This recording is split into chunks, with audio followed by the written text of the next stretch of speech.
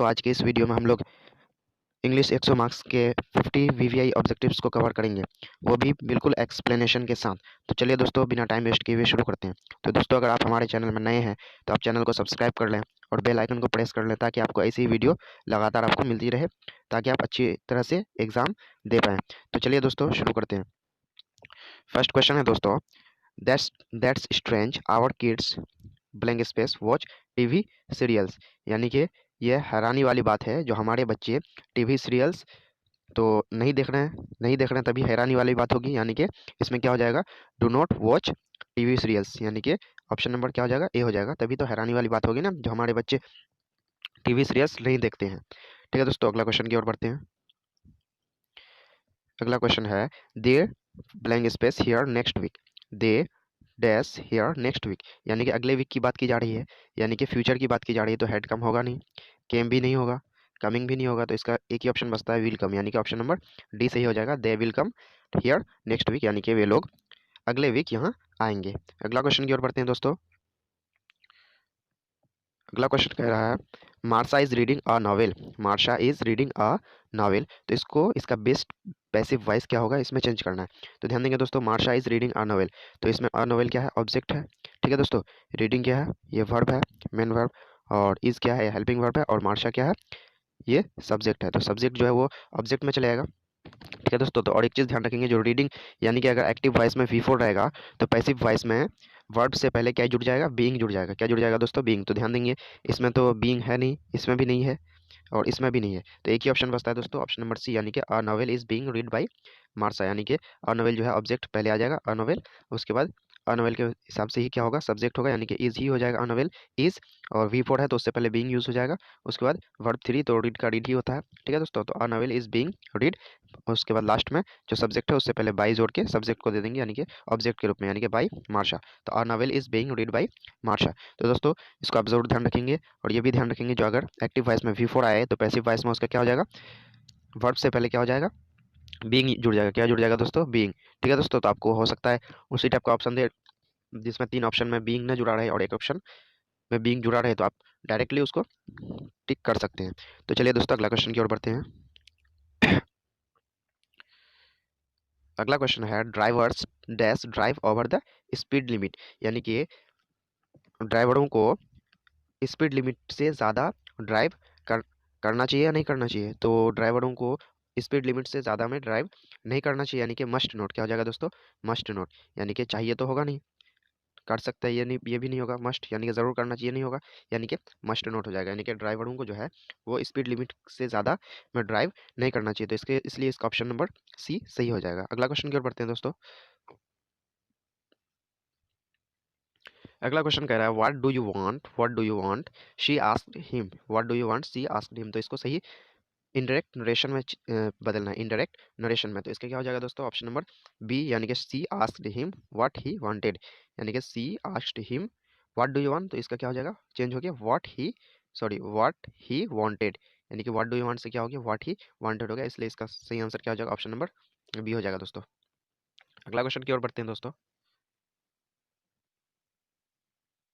अगला क्वेश्चन है दोस्तों, you must start now, you will miss the bus, यानी कि तुम्हें अभी ही शुरू कर देनी चाहिए, तुम बस छोड़ सकते हो, यानी कि तुम यू मिस कर सकते हो बस को। तो इसका choose the correct combination of sentence, इसका जो सेंटेंस का कॉम्बिनेशन है वो कौन सा सही होगा। तो इसका सही आंसर हो जाएगा दोस्तों, ऑप्शन नंबर ए, यानी कि अनलेस यू स्टार्ट नाउ, अगर आप अभी शुरू नहीं करते हैं, you will miss the bus, तो आप बस मिस कर जाएंगे, यानी कि आपकी बस छूट जाएगी। तो इसके लिए इसका सही आंसर हो जाएगा ऑप्शन नंबर ए। अगला क्वेश्चन की ओर बढ़ते हैं दोस्तों। अगला क्वेश्चन है, the doctor suggested dash take a vacation. The doctor suggested dash dash take a vacation, तो the doctor suggested the patient take a vacation, तो इसका सही आंसर हो जाएगा दोस्तों, ऑप्शन नंबर ए, यानी कि the doctor suggested the patient take a vacation, यानी कि डॉक्टर ने सजेस्ट किया पेशेंट को क्या लेने के लिए, वेकेशन, यानी कि एक लंबी छुट्टी लेने के लिए क्या किया, पेशेंट को सजेस्ट किया, यानी कि सलाह दिया। ठीक है दोस्तों, अगला क्वेश्चन की ओर बढ़ते हैं दोस्तों। अगला क्वेश्चन है, चूज द करेक्ट सेंटेंस, यानी कि इसमें से करेक्ट सेंटेंस कौन है। तो फर्स्ट सेंटेंस है, I have a homework to do, I have a homework to do, तो यहाँ पे जो आई जुड़ा है तो आई हैव अ होमवर्क नहीं होगा। ठीक है दोस्तों, अगला है, I have homework to do, तो इसका सही आंसर हो जाएगा दोस्तों, ऑप्शन नंबर बी, यानी कि I have homework to do, यानी कि होमवर्क से पहले आ यूज नहीं होगा। ठीक है दोस्तों, तो इसका सही आंसर हो जाएगा ऑप्शन नंबर बी। अगला क्वेश्चन की ओर बढ़ते हैं दोस्तों। अगला क्वेश्चन है when Sita dash back we will discuss the problem, यानी कि वी विल हम लोग प्रॉब्लम को डिस्कस करेंगे कब? व्हेन सीता, जब सीता बैक यानी कि लौटती है, जब सीता लौटती है तब हम लोग क्या करेंगे? प्रॉब्लम का डिस्कस, प्रॉब्लम को डिस्कस करेंगे, यानी कि जो भी परेशानी है प्रॉब्लम है उसको डिस्कस करेंगे, उस पर बातचीत करेंगे कब? व्हेन सीता कम्स बैक, यानी कि जब सीता लौट जाती है उसके बाद क्या करेंगे हम लोग? प्रॉब्लम पर को डिस्कस करेंगे, यानी कि इसका सही आंसर हो जाएगा दोस्तों ऑप्शन नंबर बी, यानी कि कम्स। तो विल कम नहीं होगा क्योंकि जब सीता लौटेगी तब हम लोग ये करेंगे, वो नहीं होगा। केम भी नहीं होगा, ठीक है दोस्तों, और हैज़ कम भी नहीं होगा, इसलिए इसका सही आंसर हो जाएगा ऑप्शन ऑप्शन नंबर बी। अगला क्वेश्चन है दोस्तों, dash he come with us, dash he come with us, ठीक है दोस्तों। तो डैश ही क्या है? सिंगुलर सब्जेक्ट है, सिंगुलर सब्जेक्ट है तो डू का यूज़ नहीं होगा क्योंकि प्लूरल के साथ होता है, हैव का भी यूज़ नहीं होगा, ठीक है दोस्तों। तो चाहे तो विल का होगा या फिर इसका होगा। तो क्या वह हमारे साथ आएगी, क्या वह हमारे साथ आएगी? तो अगर इज का यूज़ होता तो यहाँ पे कमिंग होना चाहिए था, यहाँ पे कम की जगह क्या होना चाहिए था? कमिंग होना चाहिए था। तो इसका भी यूज़ नहीं होगा, ठीक है दोस्तों। तो इसका सही आंसर हो जाएगा दोस्तों ऑप्शन नंबर ए, यानी कि will he come with us, क्या हुआ हमारे साथ आएगी, ठीक है दोस्तों। तो आशा करता हूँ जो आपको ये समझ में आ रहा होगा, ठीक है दोस्तों। अगला क्वेश्चन की ओर बढ़ते हैं। अगला क्वेश्चन काफ़ी इंपॉर्टेंट है दोस्तों, अगला क्वेश्चन काफ़ी इंपॉर्टेंट है क्योंकि इन्हीं में से आपका क्वेश्चन आता है। अगला क्वेश्चन है चूज द करेक्ट सेंटेंस, यानी कि सही सेंटेंस को यहाँ पे चूज करना है, चुनना है। फर्स्ट क्वेश्चन है I wish we are I young again, I wish we are I young again. अगला अगला है I wish was I young again, I wish I we are young again, I wish I was young again, ठीक है दोस्तों। तो जहाँ पे भी सपोज करने वाली बात आई, यानी कि सपोजिशनल सेंस आए जहाँ पे, तो वहाँ आई के साथ वर्ड का यूज होता है, यानी कि वियर का यूज होता है, WERE। तो आई विश वियर आई, तो यानी कि आई से पहले वियर का यूज नहीं होगा, यहाँ पे आई से पहले वियर का यूज किया गया है, तो ये क्या हो जाएगा? गलत हो जाएगा। वॉज का तो यूज होगा नहीं क्योंकि सपोज किया गया है, ठीक है दोस्तों। और आई wish I wear young again, तो ये ऑप्शन नंबर सी जो है ये सही हो जाएगा। फिर आई विश आई वॉज, तो वॉज का यूज तो होगा नहीं क्योंकि यहाँ सपोजिशनल सेंस है, जो मैं आशा करता हूँ जब मैं दोबारा क्या हो जाऊँ? यंग हो जाऊँ, यानी कि जवान हो जाऊँ। तो ये आशा करता है, यानी कि सपोज कर रहा है, सपोजिशनल सेंस है, तो इसका सही आंसर हो जाएगा दोस्तों आई wish I wear young again, यानी कि आई के बाद क्या यूज हो जाएगा? वियर यूज होगा, ठीक है दोस्तों। अगला क्वेश्चन की ओर बढ़ते हैं। अगला क्वेश्चन है have you seen dash Taj Mahal, तो हम लोग जानते हैं ताजमहल में जो है वो द आर्टिकल का यूज होता है, तो क्या हो जाएगा दोस्तों? ऑप्शन नंबर सी, यानी कि have you seen the Taj Mahal, have you seen the Taj Mahal. अगला क्वेश्चन की ओर बढ़ते हैं दोस्तों।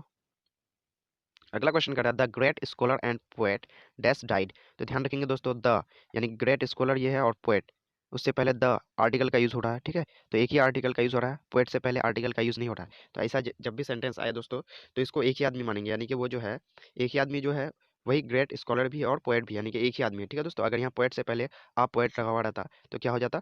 दो आदमी रहता तो यहाँ क्या होता? प्लूरल होता। लेकिन the great scholar and poet यानी कि एक ही आदमी है तो क्या होगा? यहाँ पे सिंगुलर होगा, तो हैव तो होगा नहीं, ठीक है दोस्तों। आर तो होगा नहीं, ठीक है दोस्तों। तो क्या हो जाएगा? The great scholar and poet has died, क्या हो जाएगा? हैज डाइड, क्योंकि यहाँ V3 है तो उससे पहले क्या हो जाएगा? हैज हो जाएगा, ठीक है दोस्तों। तो ये क्वेश्चन भी आपके आने का चांस बनता है आपके एग्जाम में, ठीक है दोस्तों। तो इसको आप जरूर ध्यान रखेंगे। जो यहाँ पे ग्रेट स्कॉलर है, यहाँ पे पोएट है, इससे पहले द का यूज़ किया गया, आर्टिकल का यूज़ किया गया, लेकिन इससे पहले नहीं किया गया, इसका मतलब एक ही आदमी है। यानी कि आर्टिकल का यूज़ अगर एक बार किया गया तो एक ही आदमी, अगर इससे पहले भी किया जाता तो दो आदमी हो जाता और आगे भी क्या होता? प्लूरल होता, तो वहाँ पे क्या हो जाता? हैव हो जाता। लेकिन यहाँ पे एक ही जगह आर्टिकल का यूज़ किया गया इसलिए क्या हो जाएगा? हैज़ हो जाएगा, ठीक है दोस्तों। तो ये क्वेश्चन आपके एग्जाम के लिए काफी इंपॉर्टेंट है, इसको आप जरूर ध्यान रखेंगे। अगला क्वेश्चन की ओर बढ़ते हैं दोस्तों। आगे है John dash in the hospital for 2 weeks, क्या दिया हुआ? फॉर 2 वीक्स, यानी कि फोर सिंस का यूज कब होता है? जब हम लोग परफेक्ट में रहते हैं, यानी कि John has been lying, John has been lying in hospital for 2 weeks, यानी कि जॉन जो है 2 सप्ताह से हॉस्पिटल में पड़ा हुआ है, ठीक है दोस्तों। तो यानी कि जॉन जो है 2 सप्ताह से हॉस्पिटल में पड़ा हुआ है, ठीक है। तो इसका ऑप्शन नंबर ए सही हो जाएगा क्योंकि लाइज तो होगा नहीं, इज लाइंग तो होगा नहीं क्योंकि फोर ये सब में यूज़ नहीं होता है, लाइट भी नहीं होगा, ठीक है दोस्तों। तो एक ही ऑप्शन बचता है हैज़ बीन लाइंग। अगला क्वेश्चन की ओर बढ़ते हैं दोस्तों। अगला क्वेश्चन है choose the correct sentence, choose the correct sentence, यानी कि इसमें जो है सही सेंटेंस को आपको चूज करना है। पहला है she is the girl whose name is Ravi, Ravi. She is the girl whom name, तो होम तो यूज होगा नहीं। She is the girl who name is, ये भी तो यूज नहीं होगा। She is the girl that name is Ravi, तो ये भी नहीं होगा। तो इसका सही आंसर हो जाता है, करेक्ट आंसर हो जाएगा इसका ऑप्शन नंबर ए, यानी कि सी इज द गर्ल हुम नेम इज रावी, यानी कि यह वही लड़की है जिसका नाम क्या है? रावी है, ठीक है दोस्तों। तो इसका सही आंसर हो जाएगा दोस्तों ऑप्शन नंबर ए। अगला क्वेश्चन की ओर बढ़ते हैं दोस्तों। आगे क्वेश्चन है the house was painted bye Tom, the house was painted bye Tom, तो बाय टॉम है, बाय के बाद यहाँ टॉम जो है वो सब्जेक्ट था, ऑब्जेक्ट के रूप में यूज किया गया। इसका मतलब ये क्या है? ये पैसिव वॉइस में है, इसको आपको एक्टिव वॉइस में चेंज करना है। तो बाय टॉम तो ये शुरू में आ जाएगा टॉम, उसके बाद क्या हो जाएगा दोस्तों? Tom Tom was painting the house, अगर ये होता पेंटिंग द हाउस तो यहाँ पे बीइंग जुड़ा हुआ रहता, ये तो है होगा नहीं। टॉम इज पेंटिंग तो वी फोर तो होगा नहीं, क्योंकि वी फोर के बदले यहाँ पे बीइंग जोड़ना चाहिए था। टॉम पेंट्स द हाउस, तो ध्यान देंगे पेंट्स ये तो प्रेजेंट में आया था, लेकिन यहाँ तो वॉज है यानी कि पास्ट में है, तो ये भी नहीं होगा। इसका मतलब हो जाएगा टॉम पेंटेड द हाउस, यानी कि ऑप्शन नंबर डी हो जाएगा दोस्तों, टॉम पेंटेड द हाउस, यानी कि इसका हो जाएगा टॉम पेंटेड द हाउस, क्योंकि ये पास्ट में है और यहाँ पे भी पास्ट में है, ठीक है दोस्तों, और बाकी सब नहीं होगा। तो इसको आप जरूर ध्यान रखेंगे दोस्तों, ऐसे कोई भी क्वेश्चन घुमा के थोड़ा सा दे दिया था। अगला क्वेश्चन की ओर बढ़ते हैं दोस्तों। अगला क्वेश्चन कर रहा है I dash speak Spanish. I dash speak Spanish, तो आई के साथ हमेशा क्या यूज होता है दोस्तों? प्लूरल का यूज होता है, ठीक है दोस्तों। तो डज नॉट तो होगा नहीं, सिंगुलर है। आगे होगा चाहे तो हैव नॉट, डू नॉट और हैड नॉट, तो यानी कि I speak dash speak Spanish, यानी कि मैं स्पेनिश जो है वो नहीं बोल पाता हूँ, यानी कि क्या हो जाता है? ऑप्शन नंबर सी, यानी कि ऑप्शन नंबर सी, यानी कि आई do not speak Spanish. I have not तो नहीं होगा और हैड नॉट भी नहीं होगा, ठीक है दोस्तों। तो इसका सही आंसर हो जाएगा ऑप्शन नंबर सी, यानी कि आई डू नॉट स्पीक स्पेनिश, यानी कि मैं स्पेनिश नहीं बोल पाता हूँ। अगला क्वेश्चन है दोस्तों, either of the two, either of the two जब भी ऐसा रहे तो इसको हम लोग हमेशा सिंगुलर मानेंगे, क्या मानेंगे? Singular. I either of the two dash acceptable, तो इसका ऑप्शन है इज, आर, हैव, हैज, तो इसका सही आंसर हो जाएगा दोस्तों ऑप्शन नंबर ए, यानी कि either of the two is acceptable, यानी कि दो में से कोई एक ही एक्सेप्टेबल है, ठीक है दोस्तों। तो इसका सही आंसर हो जाएगा दोस्तों ऑप्शन नंबर ए, यानी कि इज। तो ऐसे आइदर ऑफ द टू ये सब जहाँ पे भी रहे उसके आगे हम लोग हमेशा सिंगुलर का ही यूज करेंगे। अगला क्वेश्चन है दोस्तों, अ लॉट ऑफ एनर्जी, वैसे ही यहाँ पे है अ लॉट ऑफ एनर्जी, तो यहाँ पे भी हमेशा सिंगुलर का यूज करेंगे। A lot of energy dash wasted on finding the treasure, तो इसमें भी किसका यूज करेंगे? सिंगुलर का। अ लॉट ऑफ एनर्जी है तो इसका भी सिंगुलर का यूज करेंगे, तो इसका सही आंसर हो जाएगा दोस्तों ऑप्शन नंबर ए, यानी कि वॉज हो जाएगा। क्या हो जाएगा? वॉज हो जाएगा, यानी कि a lot of energy was wasted on finding the treasure, तो वॉज हो जाएगा। वियर तो होगा नहीं क्योंकि ये प्लूरल है, ठीक है दोस्तों। कैन तो होगा नहीं, कैन के बाद क्या आता है? वर्ब वन आता है, यहाँ वेस्टेड है। और विल के बाद भी वी वन का यूज होता है, यहाँ पे भी वी थ्री है, ठीक है दोस्तों। तो इसका सही आंसर हो जाएगा दोस्तों, a lot of energy was wasted on finding the treasure, option number A हो जाएगा। अगला क्वेश्चन है दोस्तों, those who work in the same department, those who work in the same department are dash, तो college तो नहीं बोला जाता है, फ्रेंड्स भी नहीं, बैचमेट्स भी नहीं, क्या बोला जाता है दोस्तों? कलीग्स बोला जाता है। जो एक ही डिपार्टमेंट में काम करते हैं उसको क्या कहा जाता है? कलीग्स कहा जाता है दोस्तों, ठीक है दोस्तों। तो इसको भी आप जरूर ध्यान रखेंगे। अगला क्वेश्चन है दोस्तों, I am dash my bed, I am dash my bed, यानी कि मैं अपना बेड सही कर रहा हूँ या फिर बना रहा हूँ, तो आई एम टू मेक तो होगा नहीं, उसका मेक नहीं होगा, हैड भी नहीं होगा, ठीक है दोस्तों, क्योंकि इससे पहले ही हेल्पिंग वर्ब आ चुका है। तो I am making my bed, यानी कि मैं अपना बेड बना रहा हूँ या मैं अपना बेड सही कर रहा हूँ, तो इसका सही आंसर हो जाएगा दोस्तों ऑप्शन नंबर ए हो जाएगा। अगला क्वेश्चन की ओर बढ़ते हैं दोस्तों। अगला क्वेश्चन है listen Radha dash the sitar, तो सुन, हम किसी को बोलेंगे सुनो, तो इसका मतलब वो कोई भी चीज़ प्रेजेंट में हो रही होगी तभी तो बोलेंगे। तो विल तो नहीं होगा, फ्यूचर में नहीं, हेड भी नहीं होगा, पास्ट में भी नहीं, तो राधा, राधा सिंगुलर है तो आर भी नहीं होगा, ठीक है दोस्तों। तो इसका सही आंसर हो जाएगा दोस्तों ऑप्शन नंबर सी, यानी कि Radha, listen Radha is playing the sitar, सुनो राधा सितार बजा रही है। अगला क्वेश्चन दोस्तों, choose the correctly spelled word, जो इसमें सही स्पेल्ड वर्ड है उसको चूज करना है, ठीक है दोस्तों। तो इसमें ध्यान देंगे तो इसमें कौन सा सही हो जाएगा? ऑप्शन नंबर ए, यानी कि COMMITTEE, यानी कमिटी का यही स्पेलिंग सही होता है, COMMITTEE, ठीक है दोस्तों। तो अगला क्वेश्चन की ओर बढ़ते हैं। अगला क्वेश्चन है the man was dash by a dog, the man was dash by a dog, तो ध्यान रखें दोस्तों, बाई अ डॉग, यानी कि बाई आ गया, इसका मतलब ये पैसिव वॉइस में है, तो इसमें क्या यूज होगा? तो हम लोग जानते हैं पैसिव वॉइस में क्या यूज होता है, वी थ्री का यूज होता है, तो बिट तो होगा नहीं, बिट वी थ्री नहीं है। हैज तो हेड बिट ने तो होगा नहीं क्योंकि वॉज है, फिर यहाँ हेड नहीं हो सकता है क्योंकि दो हेल्पिंग वर्ब एक साथ, और यहाँ हेड बिट तो होगा नहीं क्योंकि यहाँ हेल्पिंग वर्ब है, यहाँ पे भी हेल्पिंग वर्ब नहीं होगा, तो लास्ट ऑप्शन बचता है, एक ही ऑप्शन बचता है, ऑप्शन नंबर ए, यानी कि बिट नहीं, यानी कि the man was bitten by a dog, तो इसका सही आंसर हो जाएगा दोस्तों ऑप्शन नंबर ए, यानी कि the man was bitten by a dog. तो ध्यान देंगे दोस्तों, आप बहुत सारे ऐसे क्वेश्चंस होते हैं जिसमें आप ऑप्शंस को एलिमिनेट करके यानी कि हटा करके आप सही आंसर तक पहुंच सकते हैं दोस्तों, ठीक है दोस्तों। तो आपको अगर किसी चीज़ की थ्योरी रूल पता नहीं हो तो आप ऐसे भी उसको कर सकते हैं। तो चलिए दोस्तों अगला क्वेश्चन की ओर बढ़ते हैं। तो अगला क्वेश्चन है लुक डैश द पेंटिंग, तो क्या हो जाएगा? लुक एट दिस पेंटिंग, यानी कि लुक एट दिस पेंटिंग, यानी कि इस पेंटिंग की तरफ देखो या इस पेंटिंग को देखो, एट दिस पेंटिंग हो जाएगा। अगला क्वेश्चन है ही डैश वीडियो गेम्स, यानी कि ही डैश वीडियो गेम्स, वो है वीडियो गेम्स क्या होगा? खेल रहा है, यानी कि he is playing video games, यानी कि वह वीडियो गेम्स क्या कर रहा है? खेल रहा है। अगला क्वेश्चन की ओर बढ़ते हैं दोस्तों। अगला क्वेश्चन है I bought these books dash auction, यानी कि मैंने ये सभी किताबें क्या की? ऑक्शन से, नीलामी से खरीदी, यानी कि इसका क्या हो जाएगा? फोर तो नहीं होगा, एट भी नहीं होगा, एट ऑक्शन, ऑफ ऑक्शन नहीं होगा, फ्रॉम यानी कि मैंने ये सभी किताबें जो है ऑक्शन से यानी कि नीलामी से खरीदी। तो इसका सही आंसर हो जाएगा दोस्तों ऑप्शन नंबर बी यानी कि फ्रॉम। अगला क्वेश्चन है दोस्तों, when the sun is shining, जब सूरज चमक रही है, we usually dash for swimming, यानी कि हम लोग जाते हैं कहाँ, गो फॉर स्विमिंग, यानी कि हम लोग जो है तैरने के लिए जाते हैं जब क्या होती है, सूरज चमकती है, खूब चमकती है, तब हम लोग कहाँ जाते हैं, तैरने के लिए जाते हैं। तो टू गो नहीं होगा, गोइंग भी नहीं होगा, और वेंट भी नहीं होगा। तो क्या हो जाएगा दोस्तों ऑप्शन नंबर ए यानी कि गो फॉर स्विमिंग। अगला क्वेश्चन है दोस्तों,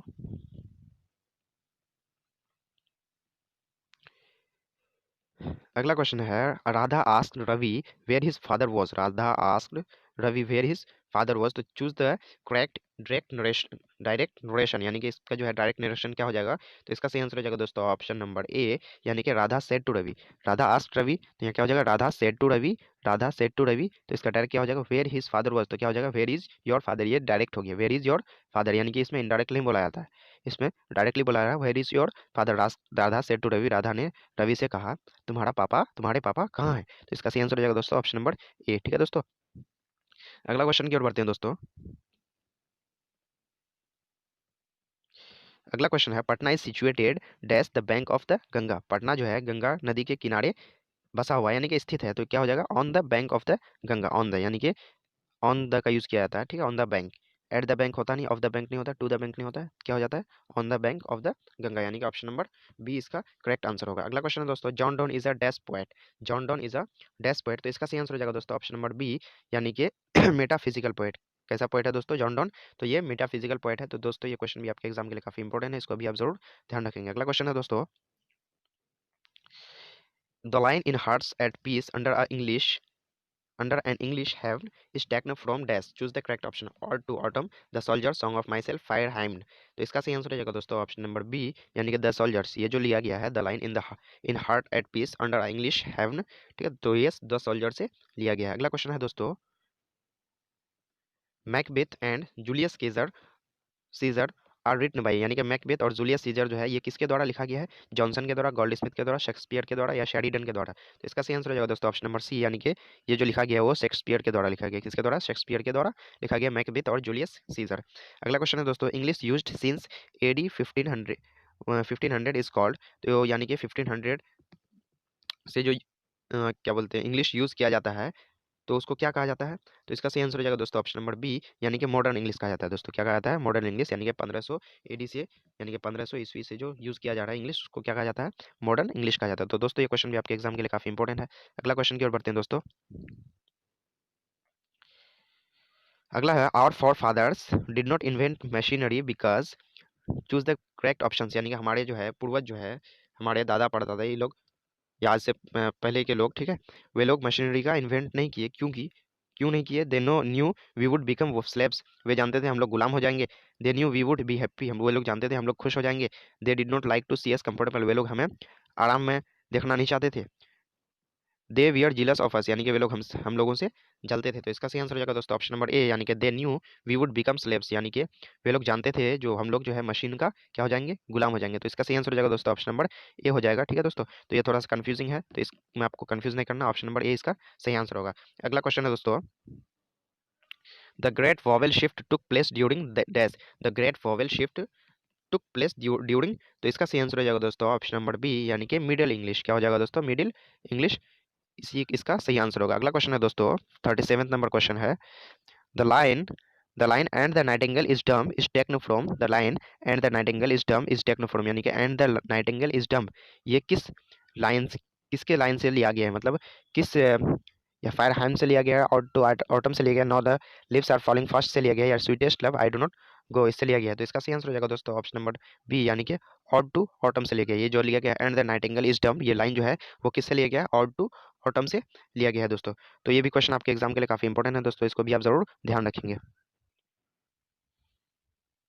अगला क्वेश्चन है दोस्तों, and as we walk we make the place that we share dash, choose the correct option. तो इसका सही आंसर हो जाएगा दोस्तों, ये आपके बुक से दिया गया फिल इन द ब्लैंक्स के रूप में, तो इसका सही आंसर हो जाएगा दोस्तों ऑप्शन नंबर डी यानी कि ऑलवेज मार्च अहेड, ऑलवेज मार्च अहेड। तो ऐसे भी देख सकते हैं एंड एज वी वॉक, तो वॉक से रिलेटेड कौन सा हो जाएगा, ऑलवेज भी सेटिस्फाइड नहीं होगा, ऑलवेज हेड पीपल नहीं होगा, ऑलवेज फाइट नहीं होगा। ठीक है दोस्तों, प्लेस से भी रिलेटेड है, तो इसमें देख के आप पहचान सकते हैं जो क्या होगा आगे, ऑलवेज मार्च अहेड। तो आपको जो बताया गया, जो आप एलिमिनेट करके भी ऑप्शंस को इग्नोर करके भी, एलिमिनेट हटा करके भी आप सही आंसर तक पहुंच सकते हैं दोस्तों। तो चलिए दोस्तों अगला क्वेश्चन की ओर बढ़ते हैं।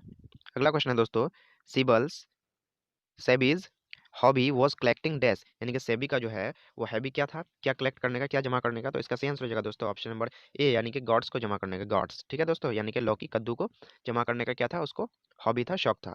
अगला क्वेश्चन है दोस्तों, the line hoping to cease not till death is taken from, ये जो लाइन है hoping to cease not till death, तो ये किससे लिया गया है। तो इसका सही आंसर हो जाएगा दोस्तों ऑप्शन नंबर ए, यानी कि सॉन्ग ऑफ माई सेल्फ। किससे लिया गया दोस्तों, सॉन्ग ऑफ माई सेल्फ से लिया गया। अगला क्वेश्चन की ओर बढ़ते हैं दोस्तों। अगला क्वेश्चन है, the sentence after all there is something in Hinduism that has kept it alive up till now is taken from, यानी कि ये जो लाइन है after all there is something in Hinduism that has kept it alive up till now, तो ये किससे लिया गया है। तो इसका सही आंसर हो जाएगा दोस्तों ऑप्शन नंबर सी, यानी कि इंडियन सिविलाइजेशन एंड कल्चर से लिया गया। किससे लिया गया दोस्तों, इंडियन सिविलाइजेशन एंड कल्चर, जिसके राइटर कौन है, महात्मा गांधी है। अगला क्वेश्चन है दोस्तों, सावित्री इज रिटन बाई, यानी कि सावित्री किसके द्वारा लिखा गया है। तो इसका सही आंसर हो जाएगा दोस्तों ऑप्शन नंबर ए, यानी कि औरोबिंदो घोष। किसके द्वारा लिखा गया है, औरोबिंदो घोष। तो दोस्तों ये क्वेश्चन आपके एग्जाम के लिए काफी इंपॉर्टेंट है, इसको भी ऑब्जर्व ध्यान रखेंगे। अगला क्वेश्चन है दोस्तों, Bertrand Russell was awarded Nobel Prize in literature in the year, यानी कि बर्ट्रैंड रसल को ध्यान रखना है किसमें अवार्ड नोबेल प्राइज दिया गया है, लिटरेचर में, यानी कि साहित्य में दिया गया है। ध्यान रखना है दोस्तों, ऐसा भी क्वेश्चन आ सकता है। ठीक है, तो बर्ट्रैंड रसल को, यानी कि बी रसल को जो है वो लिटरेचर में नोबेल प्राइज दिया गया था, लेकिन उसको कब दिया गया था नोबेल प्राइज। तो इसका सही आंसर हो जाएगा दोस्तों ऑप्शन नंबर सी, यानी कि 1950 में, 1950 में उसको नोबेल प्राइज दिया गया। ठीक है दोस्तों, तो इसको आप जरूर ध्यान रखेंगे, जो बर्ट्रैंड रसल को लिटरेचर के फील्ड में नोबेल प्राइज मिली थी 1950 में। तो ये क्वेश्चन आपके एग्जाम के लिए काफी इंपॉर्टेंट हुआ था। अगला क्वेश्चन है दोस्तों, the waste land has been compose by, ये जो है द वेस्ट लैंड, ये किसके द्वारा कंपोज किया गया, किसके द्वारा लिखा गया, T S Eliot, W H Auden, S T Coleridge और जॉन डॉन। तो इसका सही आंसर हो जाएगा दोस्तों ऑप्शन नंबर ए, यानी कि टी एस इलियट के द्वारा जो है द वेस्ट लैंड को कंपोज किया गया। ठीक है दोस्तों, तो ये क्वेश्चन भी आपके एग्जाम के लिए काफी इंपॉर्टेंट हुआ था, इसको भी आप जरूर ध्यान रखेंगे। अगला क्वेश्चन है दोस्तों, doctor Radha Krishna Krishnan never lost his faith in the, यानी कि डॉक्टर राधा कृष्ण जो है वो कभी भी अपना विश्वास नहीं खोए किसमें, एसेंशियल वेल्थ में, यानी कि धन में, एसेंशियल ह्यूमैनिटी ऑफ मैन, यानी कि इंसानियत में। तो इसका सही आंसर हो जाएगा दोस्तों ऑप्शन नंबर बी, यानी कि इंसानियत में, एसेंशियल ह्यूमैनिटी ऑफ मैन, यानी कि इसका सही आंसर हो जाएगा तो 45 का बी नंबर सही आंसर हो जाएगा। अगला क्वेश्चन है दोस्तों,